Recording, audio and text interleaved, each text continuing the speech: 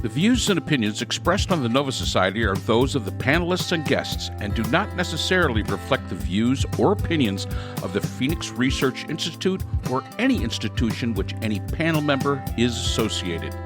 Reproduction or dissemination other than for the purpose of education or information without the express written permission of the Phoenix Research Institute or Nova Society Media is strictly prohibited.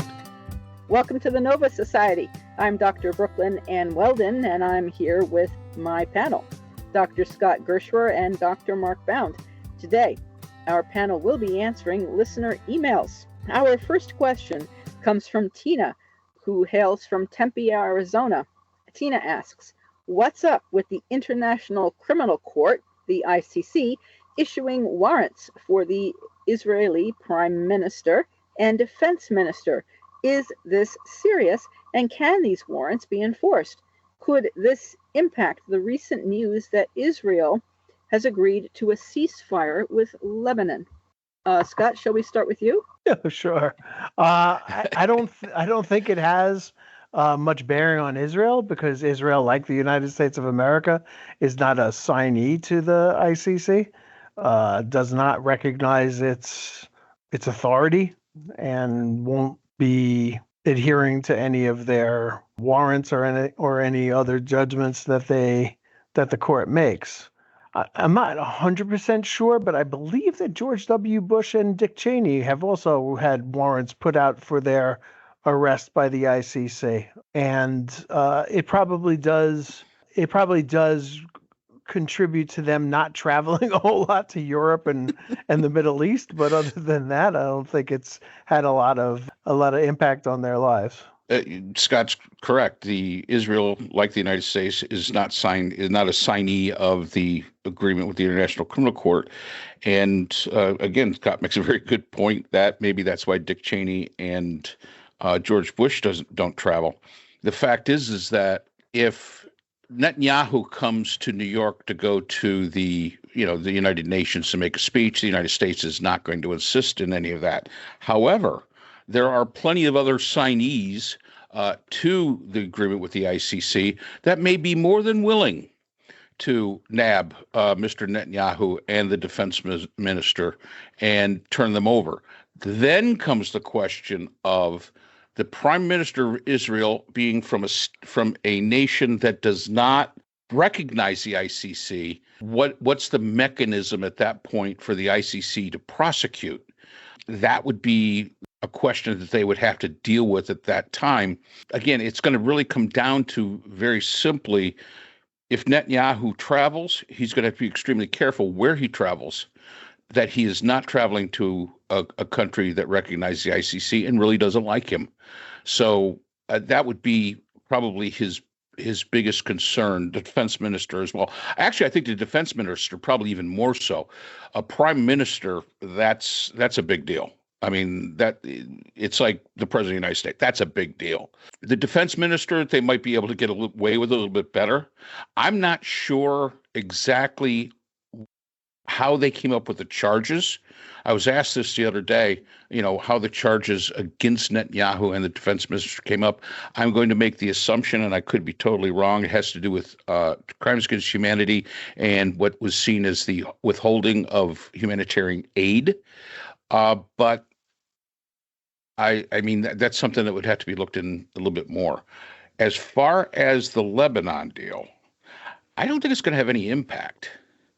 I really don't. I don't see what the ICC is doing having any kind of impact whatsoever.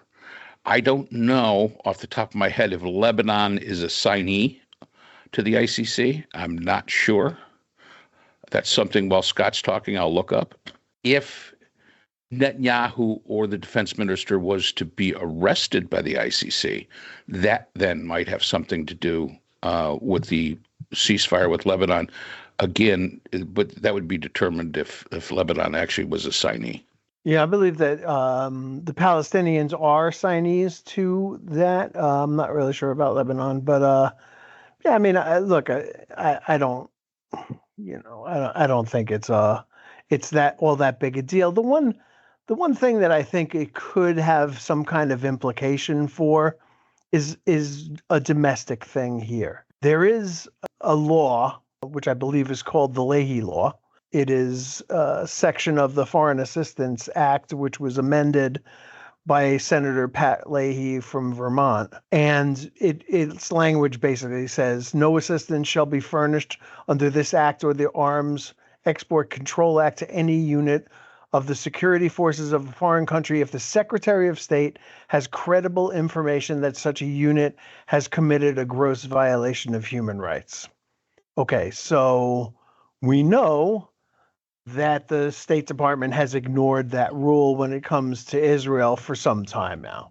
It's never been applied to Israel. However, that doesn't necessarily mean that it couldn't be if somebody wanted it to be. So if somebody was looking for leverage over Netanyahu and the former defense minister Gallant, or who are both supposedly war criminals, if they wanted some kind of leverage, they could invoke the Leahy Law and suggest that the United States not provide any weapons to Israel until they, I guess there's a ceasefire now in Lebanon. I suppose that could also apply to Gaza. And again, I think it's just leverage. I don't think it's something that's likely to happen. But as a matter of fact, I do believe that, Biden had threatened Israel to stop giving them weapons last March and gave them a deadline of, I think, October or November, and the deadline passed, and nothing changed. So I don't think that the Leahy Law is going to be used by anybody, but it could be. And I guess the proof point for Leahy to apply the Leahy Law there would be the fact that the ICC has declared them war criminals or crimes against humanity. Right. I think that's about it. Yeah.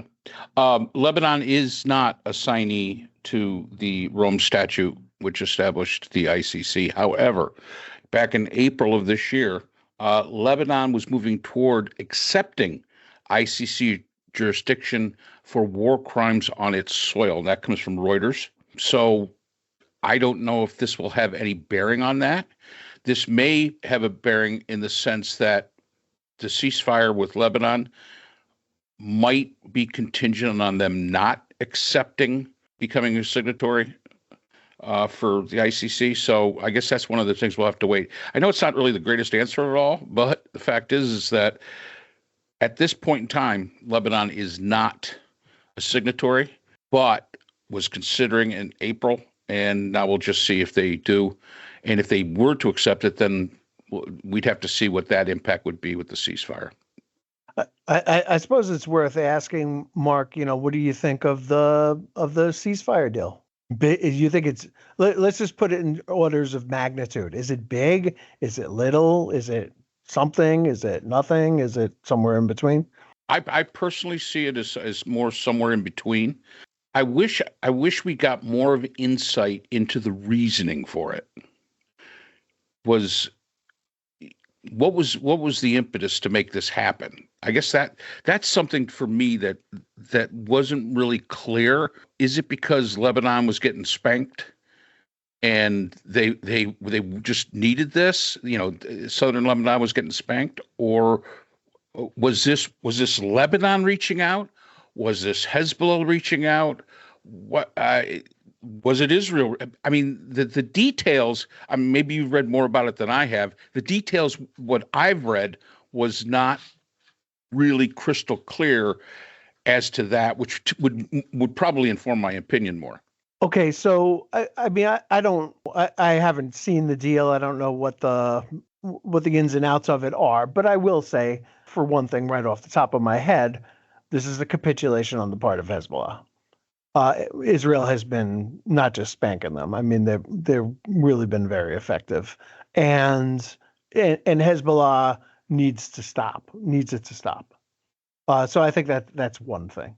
I also think, and I don't think that we should discount this necessarily, because I think that the next step in this is a ceasefire in Gaza, which would be great. And I think that that's going to happen pretty soon. And I'll tell you, it wouldn't even surprise me if after the ceasefire in Gaza, return of hostages, because there are still 100 hostages. We don't know how what shape they're in, if they're even alive or dead, but there are 100 missing persons in Gaza right now that Israel wants back. So the next step would be to end that, get those hostages back, which should have been the first order of business, and to move towards some kind of aftermath, right? Which Netanyahu has not been very good about, I think, talking about what the next phase of this thing is. He's only really, been on a war footing. He hasn't really given much thought to what comes next. And I think at some point or another, he's going to have to. And the reason that I think that he's going to have to is because apparently at that meeting that he had at Mar-a-Lago with Trump over the summer, Trump told him, get this thing done before Biden is out of office. I don't want this on my plate coming in. And so there is pressure on Netanyahu to find some kind of deal, even if it's not the deal that he necessarily wants. And I don't know how much more Netanyahu can risk vis-a-vis Trump, because I think that Netanyahu is probably smart enough to know that Trump is 100% transactional, and that his loyalty to Benjamin Netanyahu only goes so far, and that he could just as easily tomorrow, without thinking twice about it and without feeling the need to explain himself, take a completely opposite viewpoint of Israel and Netanyahu there. And that Netanyahu, more than our enemies, is now one of those allies of ours who's nervous about Trump. Right. And that he better get something done quick. That may be a little counterintuitive, but I don't think that he can count on Trump. I don't think anybody in their right mind would count on Trump for anything, because he's going to do what he perceives as being in his best interest. And if he wants to continue the Abraham Accords, which were, let's face it, arms deals disguised as peace deals, where he got a lot of money for peace with countries that had never been to war with Israel, right? Like the Arab Emirates, etc. To do that with Saudi Arabia would be a big deal for Trump.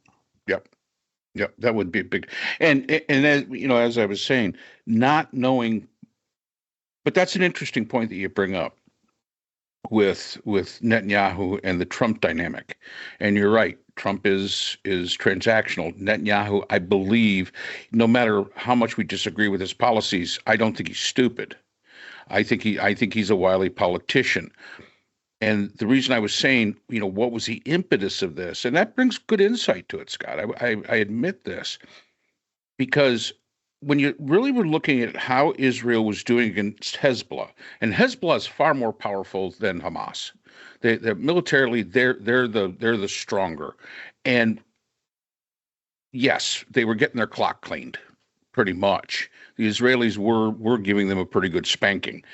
So what would be the the incentive to stop destroying their ability to cause Israel any more grief in the future, other than there's something from the outside, such as the Trump effect, that may be having Israel say, well, yeah, okay, we could keep this up.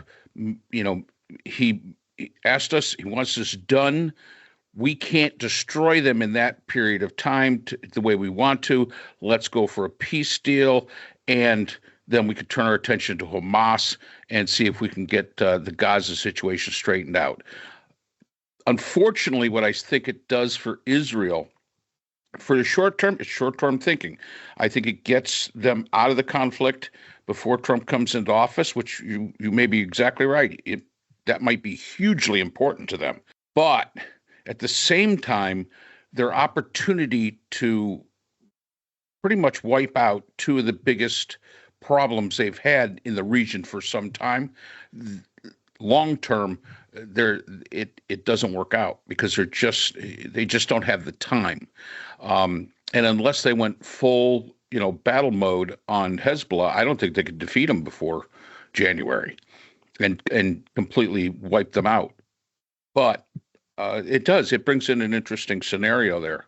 Maybe they're thinking short term as opposed to long. I just hope it doesn't come back and bite them because Hezbollah will still have capabilities. Hamas will still have capabilities. 5-6 years down the road, we might be back exactly where we were today. That would be a concern for me, especially with the scenario that you present in that. And it sounds like a perfectly valid scenario. But yeah, all those people that voted for Trump because he's so pro-Israel, well, there you go again. Another example where it's short-term. Once again, when you're transactional, it's all short-term thinking. They don't think down the line. And I think, again, this might be something that comes back and bites Israel, say 5-10 years from now. And just for the record, another individual who has been warranted for arrest by the ICC is Putin. Yeah, well, they're not going to get him either. So No. Oh, no, certainly not. Certainly not. But Netanyahu is joining a very rarefied company of interesting people. I don't think the ICC is putting the fear of God into anybody. No, certainly not. Certainly not. It's sort of, the ICC is in a lot of ways like the United Nations. I mean, the idea is good, but when you don't have, the major players, the United States, China, some of these other players that sign up for it, it takes all the teeth away. But even the United Nations, yeah, okay, these big countries are signed into it. The fact is, it has no teeth. That is because we are still in the nation state mentality of civilization today. And nation states look out for themselves. Yep, this is a great idea. The League of Nations, the United Nations, the ICC, all great ideas, but not for us. And that's really, it does. Scott's right, doesn't put very much fear of God into anybody. No, there's no one supranational, supra-global leader to squash everybody else. And so, yeah, the system, unfortunately, as you say, it's a great idea, but it's unfunctional. And I know that there probably is no such word, non-functional. Yes, so thank you. Thank you very much, Tina, for your question. We'll all see you again next time on the Nova Society. So that's all the time we have for today's episode. The Nova Society is a production of the Phoenix Research Institute. We'd like to thank our sponsor for this episode, the Journal of Interdisciplinary Conflict Science. The JCIS is an open journal for upcoming scholars. The JCIS is currently accepting article submissions on an ongoing basis. The JCIS is a publication of Nova Works, a scholarly depository at Nova Southeastern University. A link to the journal is in our description. We'd also like to thank our podcast partners, Buzzsprout, who hosts the Nova Society, Audacity, who is our editing partner, and Podkite, who does all of our analytics. We'd also like to thank iHeart Radio, where people get their music and podcasts, Apple iTunes, the largest source for music and podcasts on the internet, Spotify, the most popular source for the Nova Society. The Nova Society is available on all these and other quality platforms mentioned in our description. We'd also like to thank our listeners. Without you, the Nova Society would not be possible. If you have a comment, a question, or would like to be a guest on the Nova Society, we can be reached at nova.society.podcast@gmail.com. Always remember, the power of society is knowledge. So for Dr. Scott Gershwer, Dr. Brooklyn Ann Weldon, Dr. Priscilla Hobbs, and all of us here at the Nova Society, I'm Dr. Mark Bound. Be well, and we hope to see you again next time.